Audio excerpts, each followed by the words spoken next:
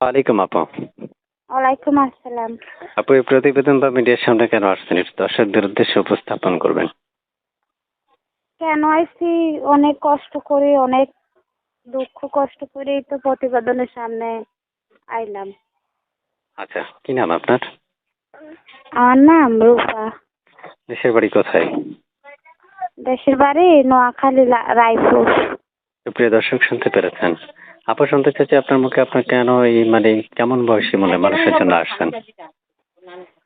কেমন বয়সের যে আমার সুখে দুঃখে পাশে থাকবে, আমাকে আমার দায়িত্ব নেবে, আমাকে বিয়ে শাদী করবে, সে যে এমন বয়সের লোক হোক না, আমার কোনো সমস্যা নেই।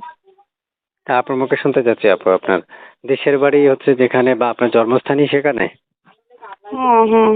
আচ্ছা, কি নাম আপনার? বললাম না, আমার নাম রূপা। রূপা। আচ্ছা আচ্ছা, এই ছবিটা কার? যে ছবিটা দিয়েছেন এই ছবিটা কার? হ্যাঁ, এই ছবিটাই আমার। ও আচ্ছা, রূপা আপুর রূপ তো অনেক সুন্দর, মাশাল্লাহ।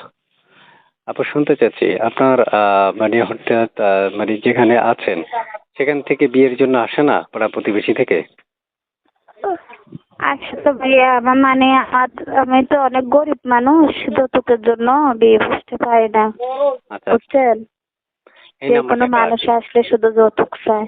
লাস্টে 60 এই নাম্বারটা কার? এই নাম্বারটা আমারই। এই নাম্বারে ফোন দিলে আপনাকে পাওয়া যাবে?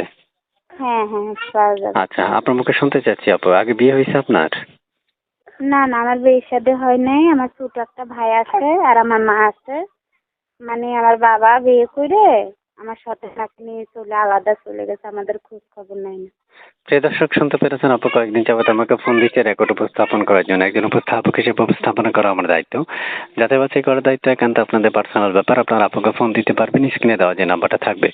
আপু আজকে কয়েকদিন যাবতই ফোন দিচ্ছেন না আপু রেকর্ডটা নেওয়ার জন্য? হ্যাঁ, কতদিন পরেই তো ফোন দেখতেছি। আচ্ছা আচ্ছা, প্রিয় দর্শক আসলে শুনতে পেরেছেন, আপুকে ফোন দিবেন স্ক্রিনে দেওয়া নাম্বারে যদি কারো কথা বলতে ইচ্ছে হয়। আচ্ছা আপু, এই নাম্বারে কি আপনার ইমো আছে?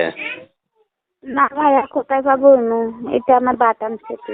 ও আচ্ছা আচ্ছা, প্রিয় দর্শক আপনারা এই নাম্বারে ফোন দিবেন, এই নাম্বারে ফোন দিলে বাকি কথাগুলো তার সাথে বলে নিতে পারবেন। আর কিছু বলার আছে আপনার? না ভাইয়া, কোনো কিছু বলার নেই। ঠিক আছে আপু, ভালো থাকবেন। আসসালামু আলাইকুম।